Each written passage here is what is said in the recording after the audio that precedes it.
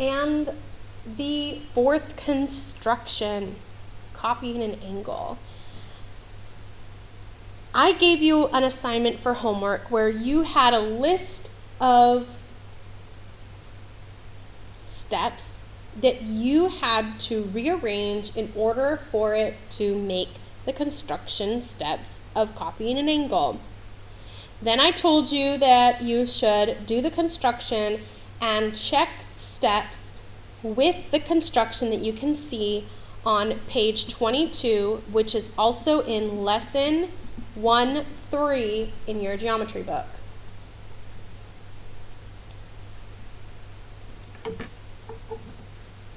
Now, in order to copy an angle, you need to have an angle already drawn. So, if you don't have an angle drawn on your paper while you're watching this video, make sure you draw an angle. Next, you need to draw one side of the angle that you're going to copy. We're going to call this a ray with an endpoint D, and we're going to end up filling in the other points as we copy the angle. So place your compass point on point A and make an arc that intersects both legs of the angle. Okay, I'm just going to move my hand there so you can see that. Sorry, my compass is slipping. Okay. Okay, I know why my compass is slipping, because I don't have paper underneath.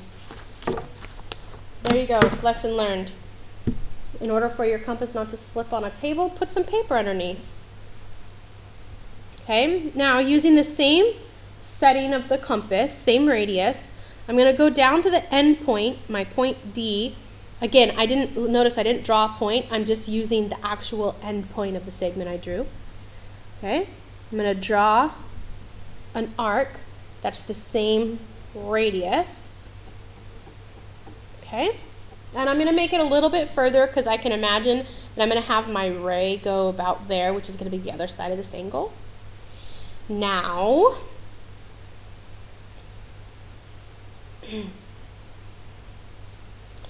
using the same, place the compass point at B, which is going to be this point right here. Okay. And then put the pencil point on C. So basically what we're doing is we're just measuring the distance between the angle at this point between B and C. Okay? So I had to change my compass setting in order for it to be between B and C. See that? Okay.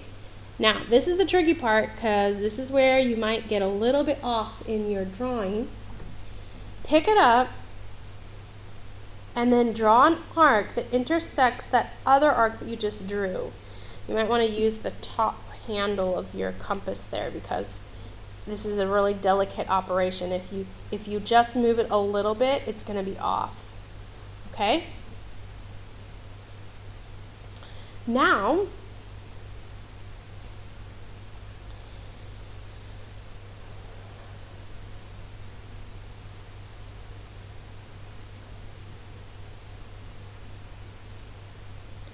you're going to want to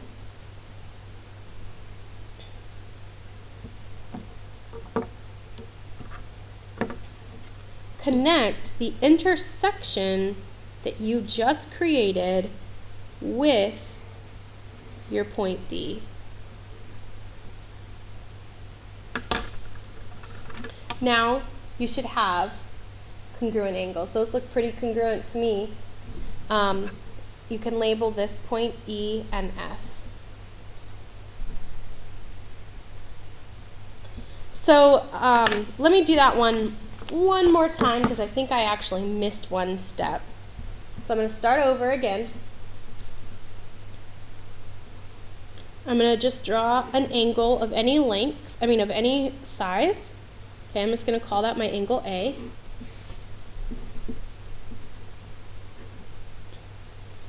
And then I'm going to draw my ray D that has an endpoint of D. And this is what I'm going to be drawing this is what I'll be drawing my angle on. And this is the angle that I am copying.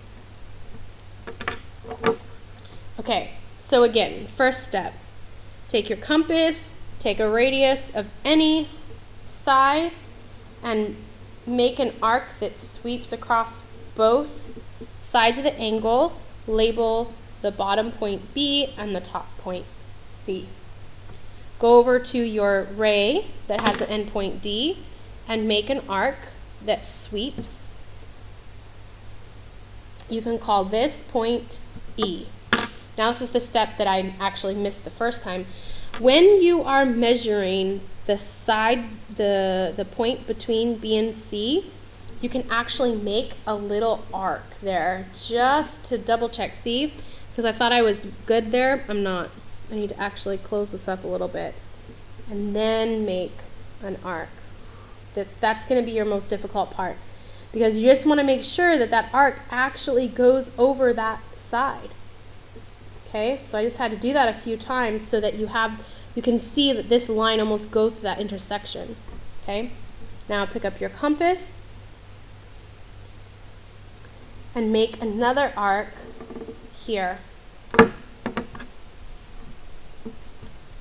Draw your ray of that side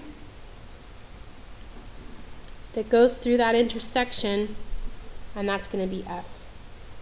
This is another one that you have to practice again and again, because that step of getting that